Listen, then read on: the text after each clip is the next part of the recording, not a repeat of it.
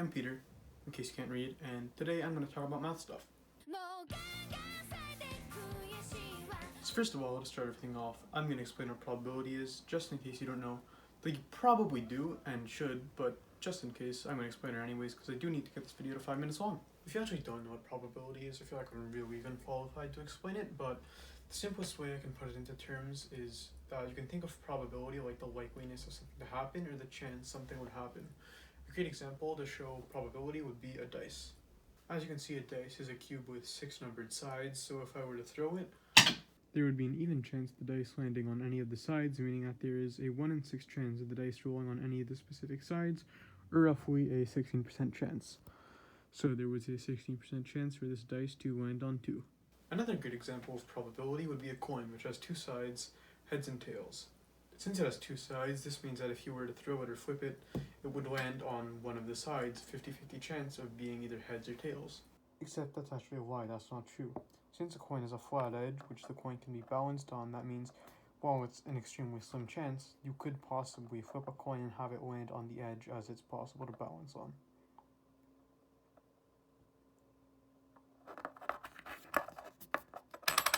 Never mind. That's impossible. It's a 50-50 chance of either landing on heads and tails, you can't balance on the side. Now let's get back to the actual topic. Probability in video games. So I'm mainly going to be talking about the gacha game, Genshin Impact, and in case you don't know what gacha is, you can pretty much think of it as like a loot box system, which can be seen in tons of other video games, where you can spend in-game currency or real money on games. It's like a loot box system. You can pretty much think of it as like a loot box system, which can be seen in tons of other video games, where you can spend in-game currency or real money on a random chance to get items or characters or any in-game content. So the gacha system in Genshin Impact is called the wish system, where you can spend a fate on any of the 3 banners, which all have their own different prize pools and exclusive content. The gacha rates for Genshin Impact are completely public and can be read in the game itself, which is also the same for any other gacha game you may look at, as it's illegal to hide gacha rates. And the gacha rates for Genshin are a 0.6% chance of getting a 5-star, a 5.1% chance of getting a 4-star, and a 93.8% chance of getting a 3-star. 5 stars being the rarest thing you can get, and 3 stars being the most common thing you can get. And these gacha rates are garbage. I mean, look at these other games. Love Live has a 1% chance of getting UR, and Bang Dream has a 3% chance at rolling a 4-star. And then Genshin Impact is 0.6. 1% chance, that's almost double what you can get in Genshin Impact for a 5-star. Really dumb. Though I guess what could make up for these abysmal gacha rates is the fact that Genshin Impact has something a lot of gacha games don't have, which is a pity system. So essentially what the pity system does is every 10 pulls you don't get a 4-star, you get a guaranteed 4-star, and every 90 pulls you don't get a 5-star, you get a guaranteed 5-star.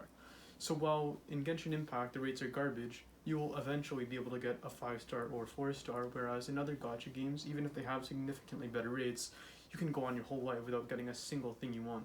Though since Genshin Impact's rates are really bad, especially without hitting pity, I decided to make a new account just to test out the wish system to show how garbage the rates are and how bad my luck is. To show you how garbage the drop rates are and how bad my luck is, I even made a new Genshin Impact account to get more free wishes. And now doing a temple. Wow, I got the 4-star.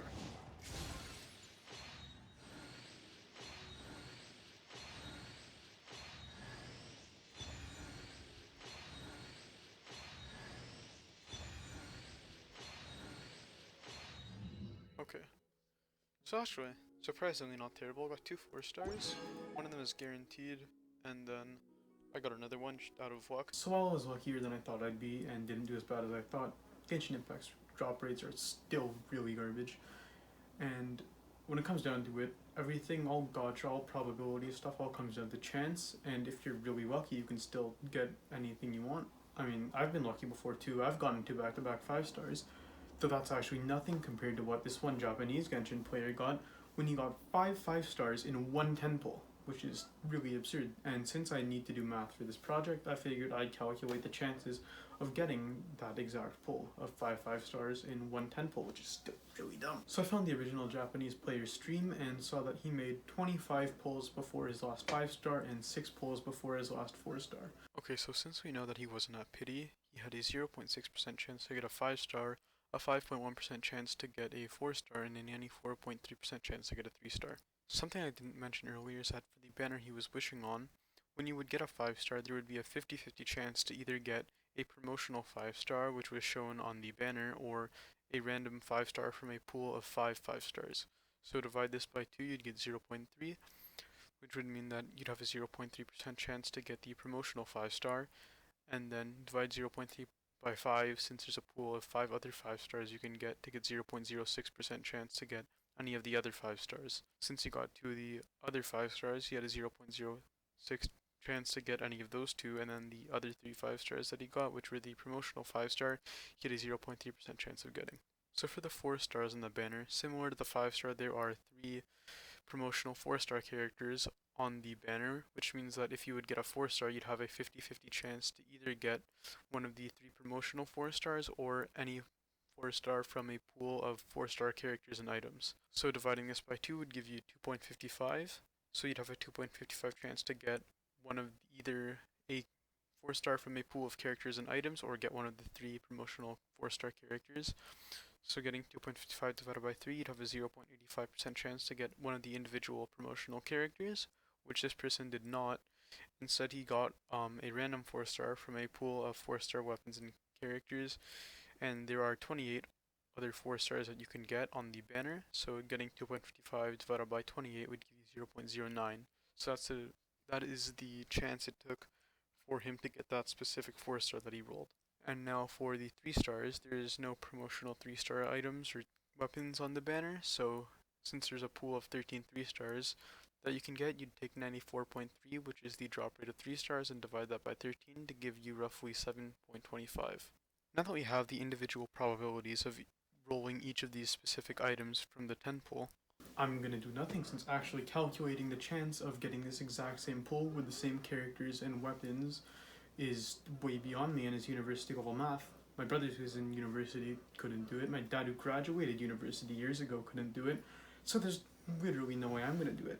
Instead of frying my brain for 2 hours trying to do complex probability problems, I'm just going to solve, I don't know, what's the chance of getting jump scared by Freddy Fazbear in Five Nights at Freddy's, because why not?